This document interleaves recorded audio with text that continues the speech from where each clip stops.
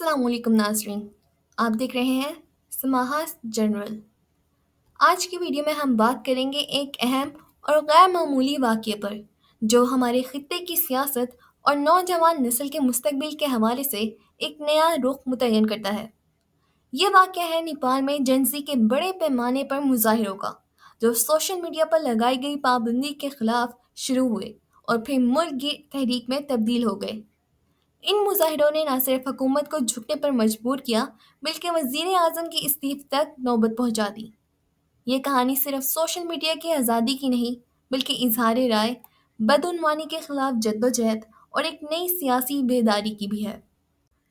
4 ستمبر 2025 کو نیپالی حکومت نے اچانک اعلان کیا کہ ملک میں موجود 26 غیر registered social media platforms پر پابندی لگا دی جائے گی۔ ان میں دنیا کی سب سے بڑے پلیٹ فارمز جیسے فیس بک، انسٹاگرام، یوٹیوب، ایکس اور واٹس ایپ شامل تھے۔ حکومت کا موقف تھا کہ ان پلیٹ فارمز پر جعلی اکاؤنٹس، نفرت انگیز مواد اور فراڈ کی سرگرمیاں بڑھ گئی ہیں، اور چونکہ یہ کمپنیاں نیپال میں باضابطہ طور پر رجسٹرڈ نہیں ہیں، اس لیے ان پر پابندی ضروری ہے۔ لیکن حکومت کے اس فیصلے کو عوام نے بالکل مختلف نظر سے دیکھا۔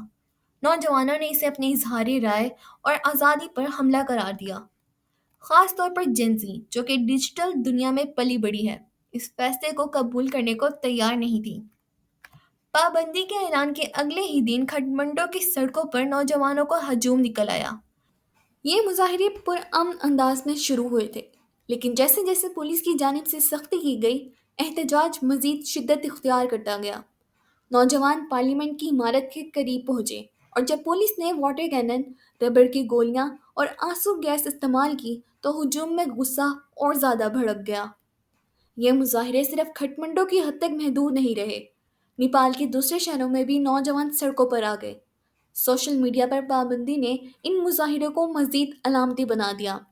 لوگ mobile data, proxy soft where اور وی پی این استعمال کر کے احتجاجی ویڈیوز شیئر کر رہے تھے، اور دنیا بھر میں یہ خبر پھیلنے لگی کہ نیپال کے نوجوان اپنی ڈیجیٹل آزادی کے لیے سڑکوں پر لڑ رہے ہیں۔ بدقسمتی سے یہ مظاہرے پرتشدد رخ اختیار کر گئے۔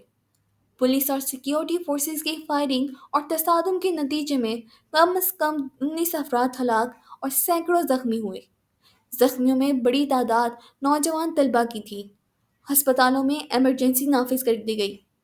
بین الاقوامی انسانی حقوقی تنظیموں نے فوری طور پر نیپالی حکومت کو تنقید کا نشانہ بنایا۔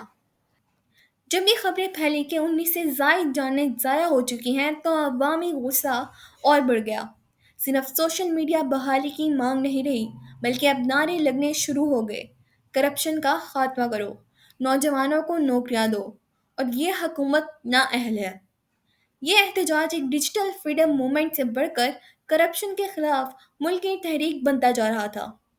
مظاہروں کے دباؤ اور بڑھتے جانی نقصان کے بعد حکومت نے ہنگامی اجلاس بلایا۔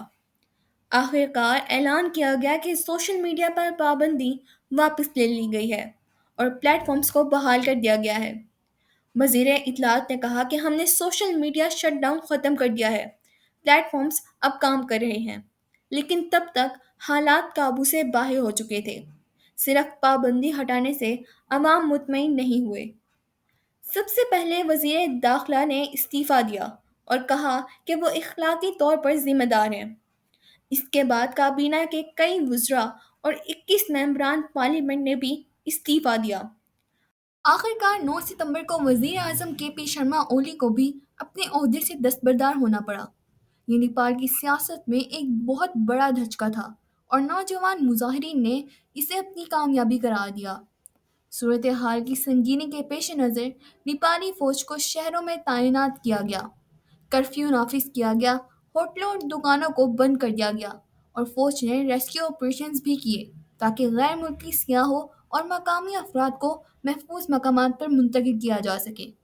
تاہم یہ سب اس بات کا اشارہ تھا کہ نیپال میں حالات کس حد تک بگڑ چکے تھے۔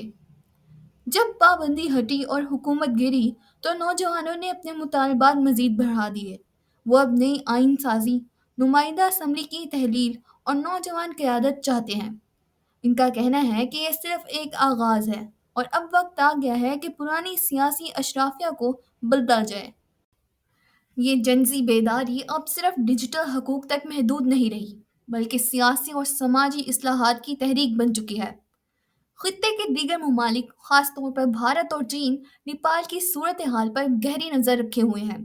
بھارت کو خدشہ ہے کہ عدم استحکام اس کی سرحدوں پر بھی اثر ڈال سکتا ہے، جبکہ چین کو اس بات کی فکر ہے کہ نیپال میں غیر یقینی سیاسی ماحول اس کے انفراسٹرکچر پروجیکٹس پر اثر انداز ہوگا۔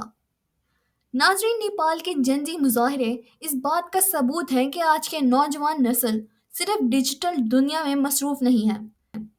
یہ مظاہرے ظاہر کرتے ہیں کہ اظہار رائے کی آزادی اب محض ایک نظریہ نہیں، بلکہ نوجوان نسل کے لیے زندگی اور موت کا سوال ہے۔ یہ کہانی ہمیں سبق دیتی ہے کہ طاقت کا استعمال مسائل کو حل نہیں کرتا، بلکہ مزید بھڑکاتا ہے۔ نوجوانوں کی آواز کو سننا، ان کے خدشات کو دور کرنا اور انہیں بہتر مستقبل دینا ہی کسی معاشرے کی پائیدار ترقی کی ضمانت ہے۔ اب تک کے لیے اتنا ہی۔ ویڈیو اچھی لگی ہو تو چینل کو سبسکرائب، ویڈیو کو لائک اور شیئر کرنا مت بھولیے گا۔ اللہ حافظ۔